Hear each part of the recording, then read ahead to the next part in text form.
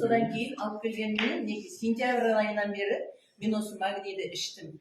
Енді кеше осы одан кейін апрель айында іштім.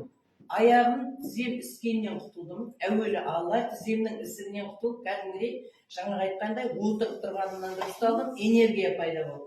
Қаншама жұмысын жасап жатырмын, қаншама жүріп жатырмын, соның барлығында осы 2 өнімді ішіп жүрдім ғой.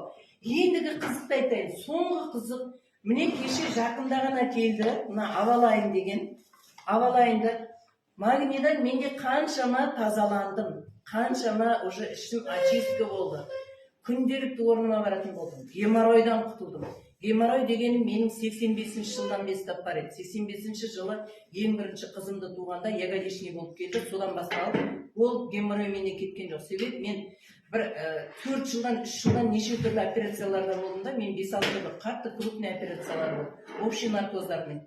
Содан кейін мына екі қаншама ішіп жүрсем де, кеше январда Авалайын келді.